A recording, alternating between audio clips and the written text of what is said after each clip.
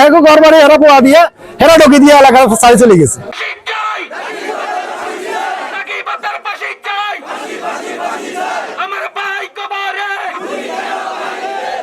নোয়াখালীর বেগমগঞ্জ উপজেলার ১৫ নং শরীফপুর ইউনিয়নের ৬ নং ওয়ার্ডে জোবায়ের হোসেন রাকিব হত্যাকাণ্ডের ঘটনায় জড়িতদের গ্রেপ্তার, সুষ্ঠু বিচার এবং সর্বোচ্চ শাস্তি ফাঁসির দাবিতে মানববন্ধন অনুষ্ঠিত হয়েছে। নিহত রাকিব একই এলাকার বাসিন্দা হানিফ শিকদারের মেজ ছেলে। মানববন্ধনে অংশগ্রহণ করেন রাকিবের বাবা, কাকা, আত্মীয়স্বজন, বন্ধুবান্ধব সহ এলাকার বিভিন্ন শ্রেণীপেশার নারী ও পুরুষ। বক্তারা অভিযোগ করেন রাকিবকে নৃশংসভাবে পিটিয়ে ও কুপিয়ে হত্যা করা হয়েছে। তারা এই হত্যাকাণ্ডের সঙ্গে জড়িত সকল আসামিকে দ্রুত গ্রেপ্তার করে আইনের আওতায় আনার দাবি জানান। এখানে চাঁদা ছাড়ার পরিবর্তে যে ইয়েটা হত্যাটা হয়েছে, আর এই যে মনে করেন না স্বর্ণকার যে ঘর বাড়ি পড়া দিছে, এখানে জসিমও ছিল না, হানিফও ছিল হলে বিদেশি। যেদিন হয়েছে এরা হেগো ঘর বাড়ি পড়া দিয়া এরা ওইদিকে ঢুকে দিয়ে চলে গেছে।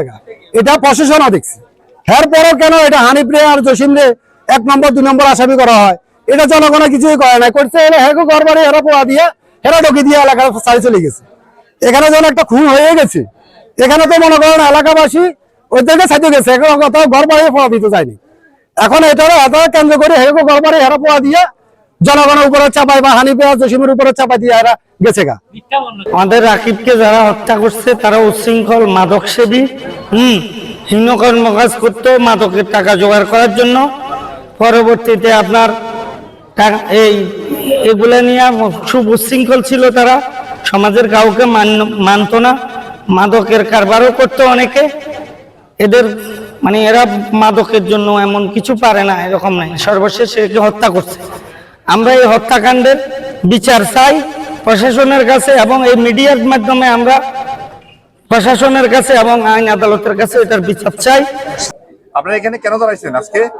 আমরা এখানে রাকিব হত্যার বিচার চাই, যে খুনি, প্রকৃত খুনি সুষ্ঠু তদন্তের মধ্যে আসল খুনির বিচার হোক, আমরা সবাই চাই এইটাই। আর এই ঘর ফোড়ার মামলায় যে হানিফ ভাই 2 নাম্বার আসামি, উনি ওই সময় বিদেশে ছিল, বাংলাদেশে ছিল না।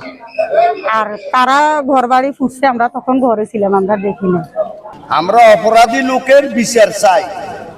আর যে হানিফের ছেলে মারা গেছে, হানিফ আসলে বিদেশ, গর্দা কে বা কারণ আমরা দেখি না। হানিফ আসলে বিদেশ, সত্য কথা। হ্যাঁ, হানিফ 2 দিন পরে আইসে, বিদেশের থেকে ছেলে মারা গেছে। দেশে আমরা সুষ্ঠু বিচার হওয়ার জন্য আইসি।